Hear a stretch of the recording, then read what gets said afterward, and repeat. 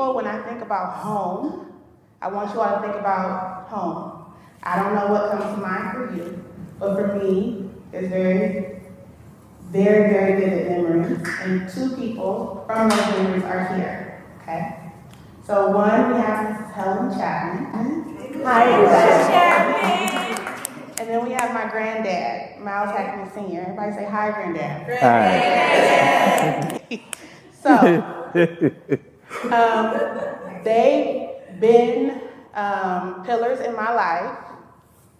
When you look at the program booklet on your table, there's a picture, a throwback picture of three guys. And that is my uncle, I think on the very most left-hand side, and the other two are two of Miss Chapman's three sons. When I think about home, when I think about my roots, those crazy characters on the cover are part of that story, and they're part of their story.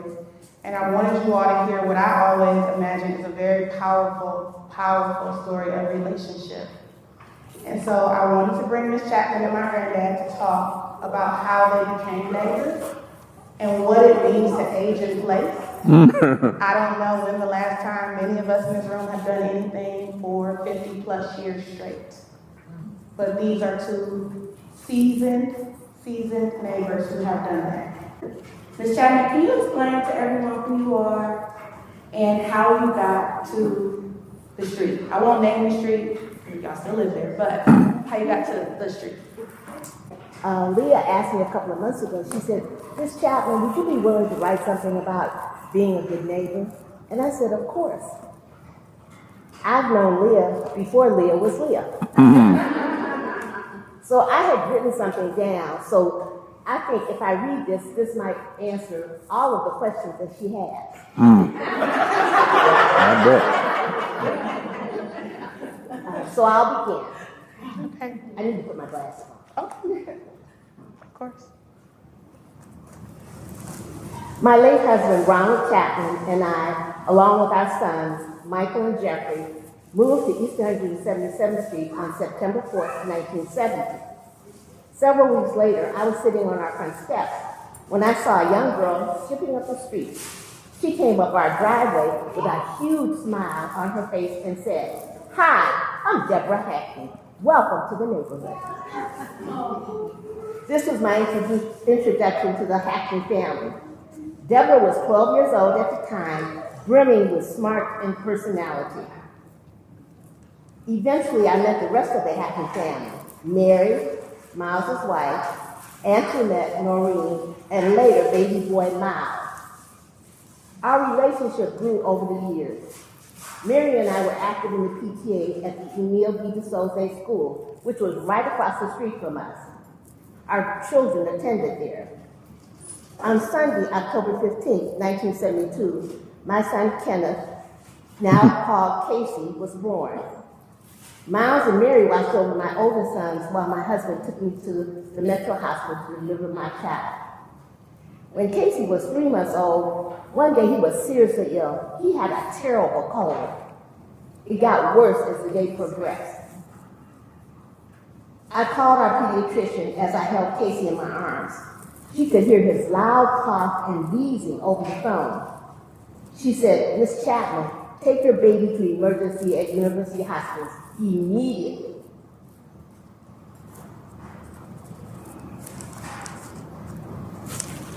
Of course, panic set in. I didn't drive. My husband was at work. This was the era before cell phones and Uber and Lyft programs. I couldn't call my husband at work. The switchboard was closed. How could I get to University Hospitals? I called Miles Hackney. It was almost midnight. Without hesitation, Miles said, "I'll be right down to take you to the hospital." Superman to the rescue. Because in minutes, he was at my door. Miles just didn't drop us off at the entrance, but after parking his car, he came inside with us. Casey, my 3-month-old, was admitted. Miles was still with us. At about 6:30 a.m., Miles said, "I hate to leave you, honey, but I've got to go home and see about my family." Casey's diagnosis was that not only did he have a severe cold, but he suffered with asthma. Later that morning, I was able to reach my husband, who came to the hospital. Recently, I shared this memory with Miles, and he admitted he didn't even remember this incident. As a grateful mother, I could never forget his kindness and empathy. Little Miles and my youngest son, Casey, were best friends. They both attended St. Wenceslas School in Maple Heights. When they were growing up, one time Casey and Miles came to my house and they said, "We want to get 2 beers. Mr. Hackney wants some beer." We gave it to them. Of course, Mr. Hackney didn't know anything about it.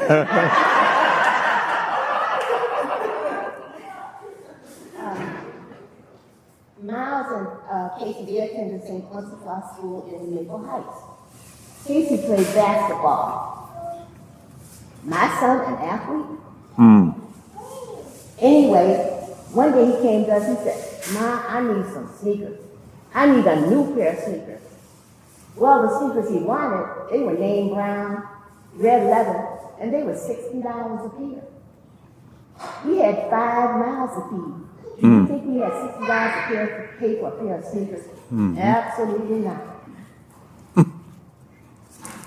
Guess who did? Mr. Hackney. He bought Casey those sneakers. When Casey put them on, he was posing. You would have thought he was going to be on the cover of Sports Illustrated. My middle son, Jeffrey, who had said he wasn't going to the prom in 1986, on the Monday before prom that was being held that Friday, he said, "Ma, I changed my mind, I'm going to the prom." He had a date. So my husband and I, we hustled to get him the things that he needed, the tux, the corsage, and all that stuff.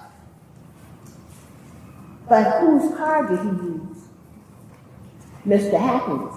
Now, I don't know how Mary Hackney felt about that, but luckily my son went to the prom and came straight home after the prom. No damage to the car. Thank you, God. In 2018, my husband was diagnosed with the flu. So we went to the doctor, and this was on a Friday. She said, "Watch him." She gave us a prescription for medication, and she said, "Make sure he takes his medication. But if there's any change, I want you to call me on Monday." Well, of course, there was a change. He wasn't eating. He was very sick. So my oldest son, Michael, and I, we took him to emergency in Cleveland Heights. He was admitted for the flu. So we got this. We got medication. It's just the flu. He's sick, but he's going to get better. Didn't turn out that way. At 2 o'clock in the morning, I got a call. "We're transferring your husband by helicopter to Metro main campus." My son and I, my oldest son Michael, we immediately got dressed and raced to Metro. He was in the emergency room. When we walked in, he was having severe seizures. The first thing I said was, "Jesus, Jesus, Jesus." While he was there, he was diagnosed with a bowel obstruction that we knew nothing about. The surgery was successful, but he didn't recover. He was in the hospital from Monday through Friday. Guess who was there with me every single day? Miles.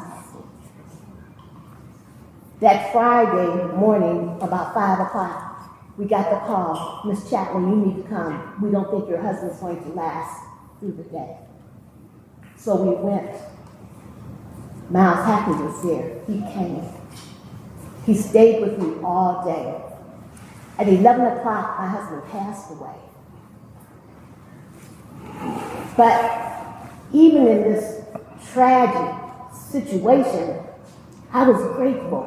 Do you know why? Because I was in the room with my husband, holding his hand, and he was holding mine. So he wasn't alone. That was a gift. At that time, I didn't think it was a gift, but it was a gift. That Friday, Miles Hackney stayed with me. I didn't want to leave because I wanted another autopsy. The flu to a bowel obstruction to this negative outcome, what had happened? He stayed with me.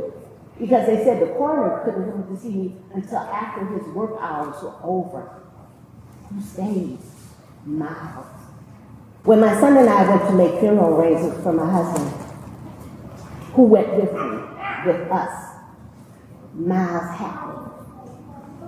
We stayed there at Gaines Funeral Home on Lee Road for over 2 hours. The gentleman who handled the arrangement said, it was just like being in church. Because in our grief, Miles and I, we were celebrating. We were celebrating. As you can imagine, Miles was my husband's best friend.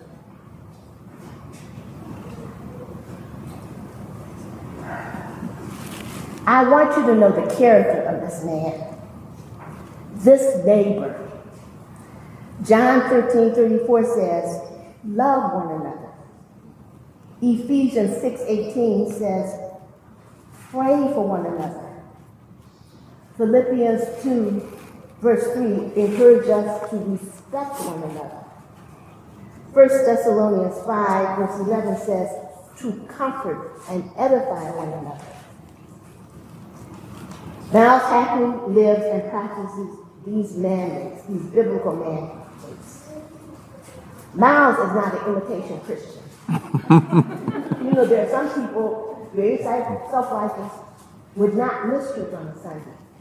They know all the proper practices, when to shout, when to pray, make a very good impression. But then after Sunday, you don't hear about them. Miles calls me. We talk all the time. What I love about Miles, we can talk about anything. We keep up with the news. We know what's going on in the world. I have a sister who tells me, oh, I don't watch the news. I don't watch the news. Miles and I do. Yes, we do. In 2007, 2016, 2018, 2019, Miles had to bury the last of his children. Miles has endured a deeper tragedy than even Job. We know about Job. The reason why I said that is because Job lived around enough that the good Lord granted him an entirely new family, children, and prosperity. Job, the 2nd chapter, verse 29 says, are you still holding on to your integrity? That was Job's wife. She said, why don't you curse God and die? That was Job's wife. Here Miles sits, full of integrity.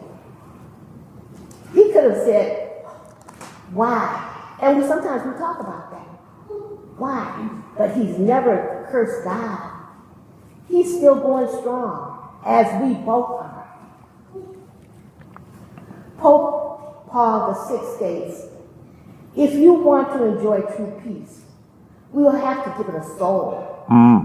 The soul of peace is love and comes from God alone and is expressed in our love for our neighbor. I see Miles as a messenger of God's love. In this life, some people are drains, filled with negativity. Others are fountains who fill you with love and hope. Miles lives a life of active faith in such a way that it is a gift to others.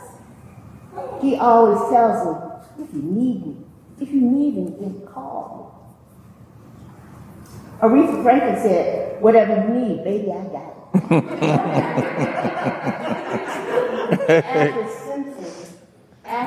Ashton Simpson said, silent as a rock. Bill Withers, lean on me. I say all this because we both have lived long enough. Our neighborhood has changed. I know very few of our neighbors now. Very few. I'm grateful and humble and honored that Leah decided to ask me to participate in this. Leah is a wonderful extension of her mother and her grandparents. Leah is gracious. When my husband passed away, who came down that Monday with a plate of delicious home fries? Miss Leah. We talked. I was working on the obituary. She helped me. She said, would you like a video? I'm old school. Video. We did the video with music and scripture. Didn't even take her an hour. At his service, my husband, see, we had been married 53 years, so we had always talked and planned. Well, if one of us goes, what would you want? My husband always said he wanted to be cremated. I didn't want that for my husband. I honored his wishes, but I wanted him to have a home going at a church. With Leah's video, when they played that, he was there, along with others. My pastor later asked me, he said, who made that video? I said, my friend's granddaughter.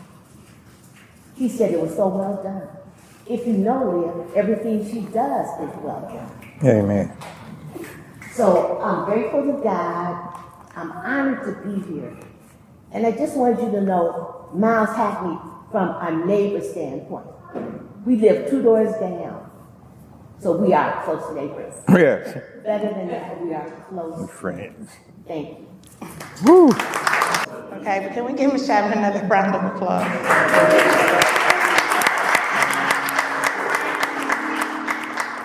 Wow. Now, can you tell me how you got to the street? That's how I got there. We moved from Ansel Road. Tell them.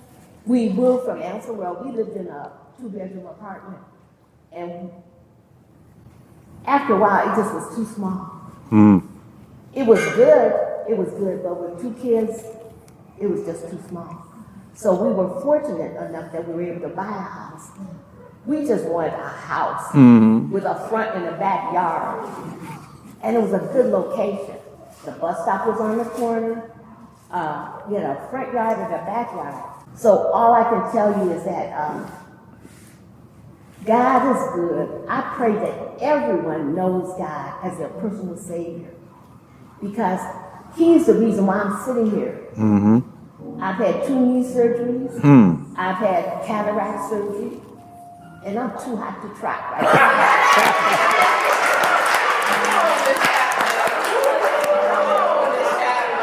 Granddad. Yeah.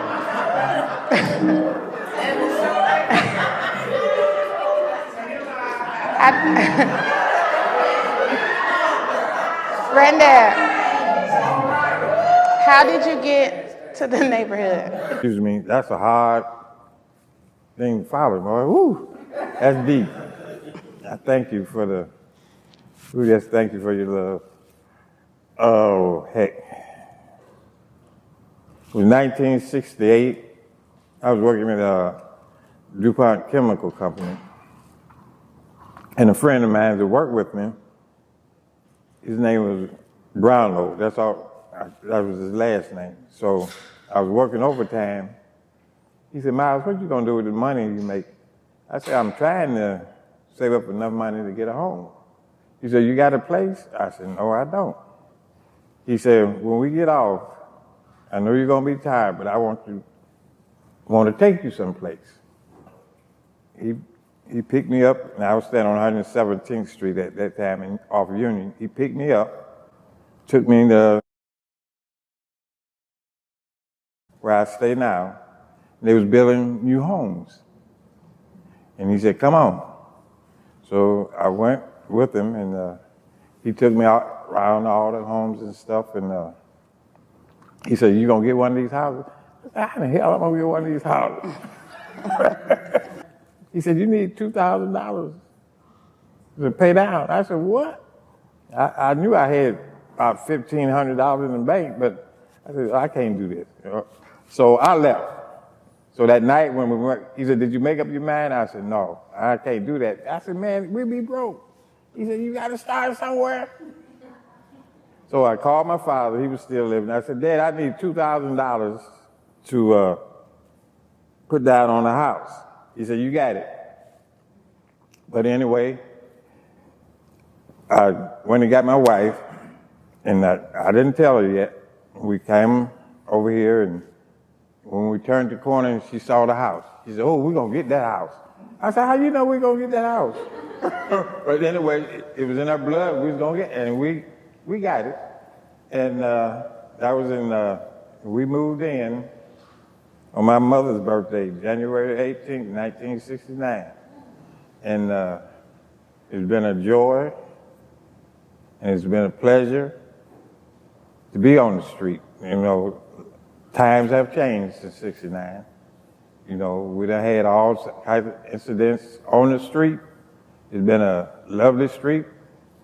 We had good neighbors, bad neighbors. We had good kids, bad kids. The one thing about the Chapmans, we always have been connected ever since they moved in 72, 71, 70. And it's just a pleasure to have known them all these years. And I had two brothers, but they both gone. But the closest brother I had really here in Cleveland was my neighbor, Ronnie Chapman. You know, we love football, the Browns. We go down that red right 88 or whatever they call it. We like to froze to death down there. We couldn't even walk out of the stadium. We were so cold. But neighbors don't come around like I had. On the right and the left, I got good neighbors. So I'm just blessed by God to have been able to spend 50-something years with her. And the last few years with her, going over stuff about God, about our children. Sometimes I get so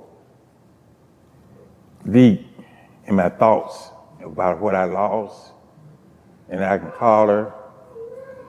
She calms me now just like that, just like she's doing now over the telephone. It's, you know, because don't nobody want to lose no one.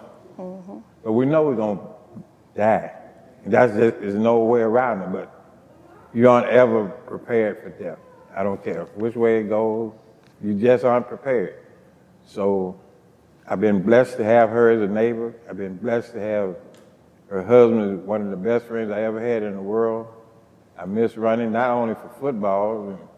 We need to work on our old raggedy cars so we can get back and forth to work. We argue about certain things. I don't know what birthday party. What that is, 50th birthday? I don't remember. I know, but oh boy, but we had so much fun. Oh. Okay. Sounds like that's where I step in. So I don't know what you was about to say. So if you flip your program to the back, the picture that I use for legacy perspective is my mother and my aunt in front of the house when they first bought it. If you saw the wide frame of that photo, you would see it was dirt where the grass should be. And my mother and my aunt are gone now. They would hate that I'm using that picture. But to me, when I think about them, that's what I think of, sassy and calm. So sassy is my mother with her hands on her hips, and calm and even is my Auntie Renee on the bike. But on my street, I grew up under a gang of best friends. So as my granddad said, his neighbor to the left, Mr. Bridges, his children, he had 3 children. His oldest were very good friends with my mother and my aunts. And then we had the Chapmans, we had the Ivorys, we had the Mobleys. And so by the time I came along, these friendships were locked and bonded. And so these were people that I was born into their life. I didn't have a choice. No, you didn't. Yes. But I appreciate that. So could you tell us what it was like, especially in the teenage years, raising your kids together? They've told me some stories, but what was it like? I thought my kids were the bomb. Mm-hmm. Because up until the time they were teenagers, I never heard anything bad about them. One time my neighbor came to me and another neighbor, the Mobleys. Yeah. And they said, we never hear about your kids. They're not always out in the street. We lived across the street from the school, as I said, and I remember with Jeffrey, there was a guardrail, and all the boys, most of the boys would sit there, and at 9 o'clock, Jeffrey. they'd have to come home. And so I called Jeffrey. I said, Jeffrey, didn't move. I said, Jeffrey. Finally, he sauntered over. He said, Mom, what you want? I said, it's time for you to come in the house. He said, it's only 9 o'clock. He said, we're not doing anything. We're just sitting there. I said, it's time to come in the house. So he came. Never forgave me for that, but that's okay. Now, even though my youngest son, Casey, he lived in North Carolina for 17 years. He was in the Marines for 10 years. And then he got a job as a car salesman down there. So he came home. Luckily, he came home just the year before my husband passed away. And he said, Mom, I want to come home. He said, because you all are getting older. And I should be there with you. Mm-hmm. Then gradually the other two came. So we all live together. A mother again, but in a different way. Because the skill set I had as they were growing up doesn't work anymore. No, it don't. We live very well together because we managed to stay in our own lanes. But when I get tired or fed up, I go in my room and close the door. Brenda, Yes. what was it like raising your children in the neighborhood? Oh boy, that's a good question. In the beginning, I think Deborah was 61. Deborah was going on 8 years old when we moved there, and the school was across the street. So it's really and truthfully, I didn't have much trouble with my children. We didn't have much trouble with our children until they became adults. Amen. After they turned a certain age, they became wild asses. They were just, it was just a different set of children. You wouldn't think it was the same. I just asked my wife, well, where you get these kids from? I asked, what's out there in that street? But I started learning what was in the streets. But it wasn't that they wasn't raised. They was raised properly. They was afforded anything in reason that they could go. My children, my girls never had to have a hole in their drawers. They always, all three of them had good quality clothes. They were well taken care of as young adults.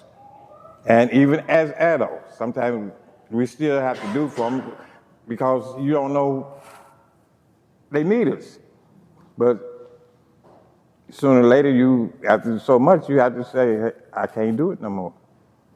And that's where I got the point in my life with all four of them. I just couldn't take care of all they was getting to. And it's sad because I'm going to be honest with you. I asked the Lord. I said, Lord, I can't do nothing else with them. I'm giving them back to you. And all four of them gone. But it breaks my heart. But I just couldn't do nothing else with them. They had their tragic. Two of them had her mother lost her legs, bad heart. My second lost her mind. My third, she had kidney problems. My son, he took an overdose. So that's part of the structure that's been in this world. And we all sit here and we all gonna go through stuff. But my main ingredient in this life is when I found Jesus. I'm gonna tell you the truth, because I couldn't have got through it without him. Like, I just couldn't have did it. Jesus and a good friend like Helen and my church, Bethany Christian Church, that I'm surviving. Oh, I get messed up now and then, because the other day was, I think it was 5 years, my oldest child been gone. Yeah, so and then a couple of weeks, my son be gone. But it's always something. But one thing I have been in this life, from the day that I realized I had a mother and father, sisters and brothers, I've been loved. I have been one lucky man.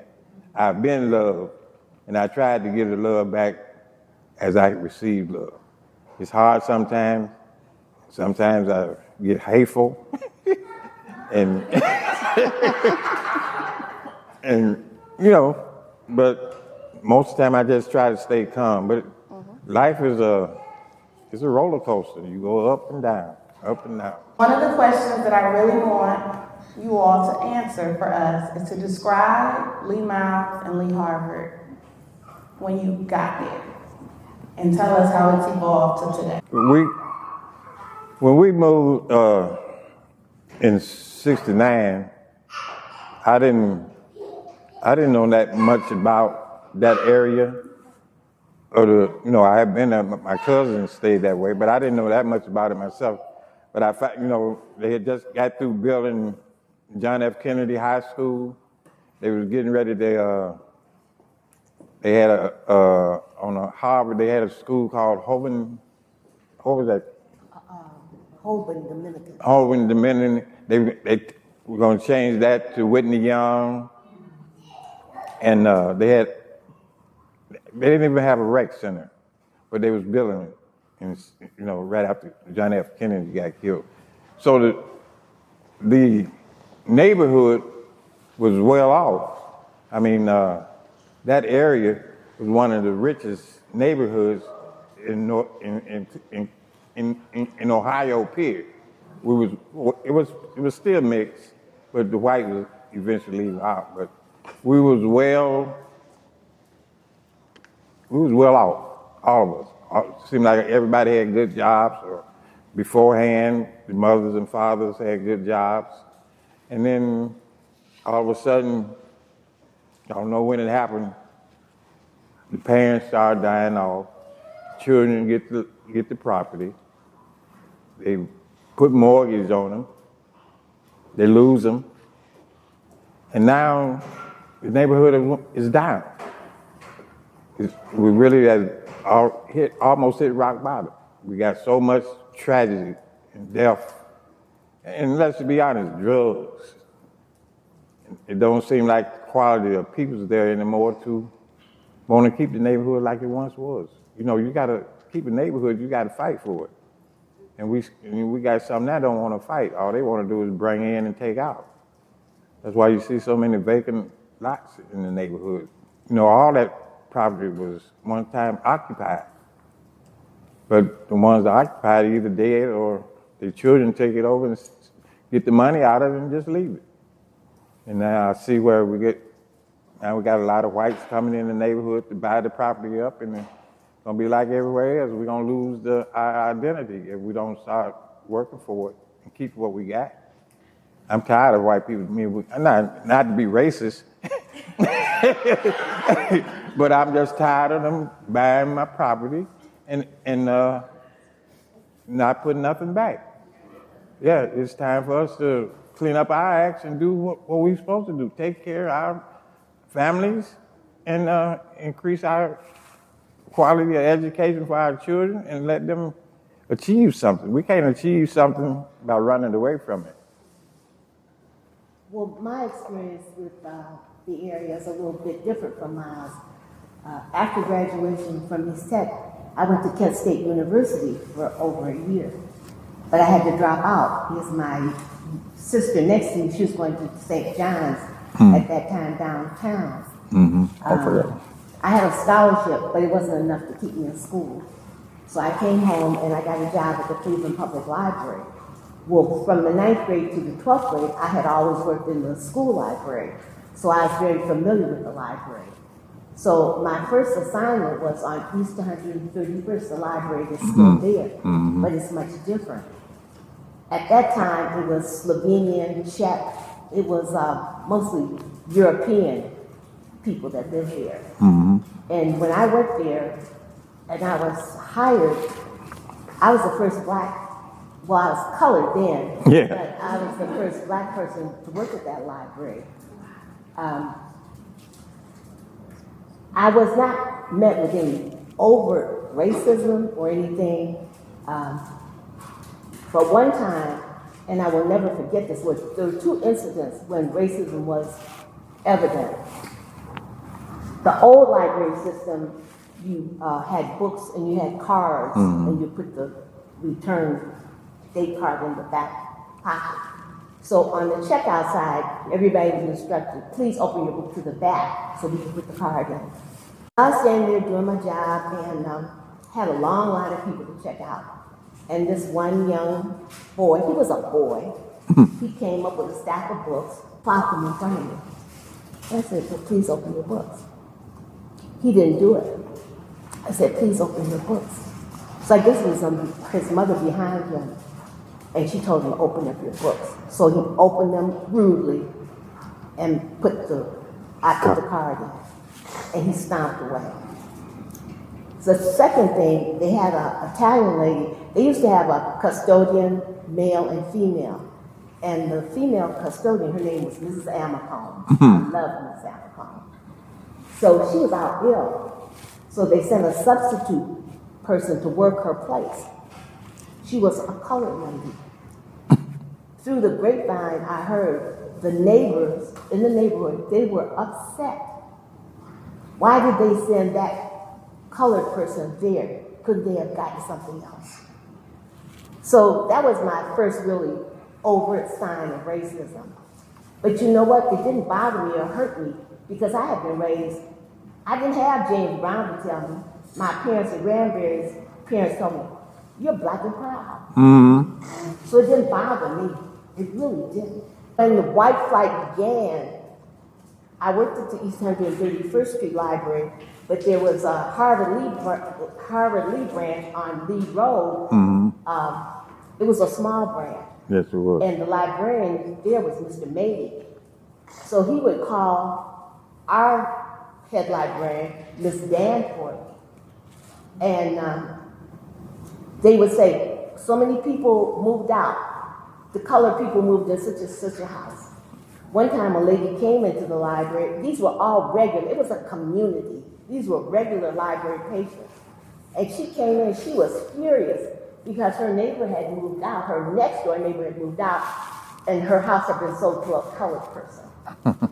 So I went through all that. And Lee Harvard, where the shopping center is now, it was beautiful. It was beautiful. The grocery stores, oh, you were shopping? Oh my goodness. Yeah, the Federal store there. Yeah, everything was there. So I have seen major changes. And just like Miles said, after I retired, I went to Cleveland State because there was so much to learn. I hadn't been exposed to women's studies, black studies, or anything like that. So I wanted to continue my education. Even though without a college degree, I just wanted to learn. But I've seen the changes. And like Miles said, with the advent of drugs into our neighborhood, that was the beginning of the end, unfortunately. But like Miles said, see, there's a difference. When I was growing up, you went to church, you knew your neighbors, you respected your neighbors. You didn't dare do anything wrong because if Miss Bell saw you doing something wrong, she was going to tell your mother or your grandmother. We don't have that kind of accountability now. It was just a more of a real community, and we kind of lost that sense of community. Right. That's why I'm glad that Miles and I, we are good friends, we are good neighbors. He can call on me, and if I can do something to help him, believe me, I'm going to be there. If my sons, they love Mr. Hackney. When he sees my sons, oh, he'll get on them. He'll encourage them. He tries to keep them on the straight and narrow. They say, have you talked to Mr. Hackney today? I said, you call Mr. Hackney. Have you talked to Mr. Hackney recently? I said, have you talked to Mr. Hackney? Because they can. He loves them. He loves them just as much as he loves his own. Mm-hmm. So, And your brother. my brother. Yeah. My brother worked for Ohio Bell. It was Ohio Bell then, not AT&T. And he would come to visit, and he would go visit Miles. He would talk Miles to death. Yes, he would. But they enjoyed each other. Oh, all day long. So it just was a family. Like Leah, I don't have any sons. Leah's my daughter. She doesn't know that, but she's my daughter. So it's just been a great relationship. Yes, Lord. And the one thing is, you have to cultivate your own joy. You have to work at your own happiness. Correct. Nobody owes you anything. No, they don't. When I was growing up, my grandmother used to say, she said, remember, if you have a friend, treat them well. Because you may have a lot of acquaintances, but they're not always friends. You have to pick and choose who your friends are. So, real quick, real funny story. There was a guy named Justin who was running for mayor a few years ago. And he called me and he said, I was door knocking and I went to this lady's house and your picture was in her mantle. I said, oh, Miss Chapman.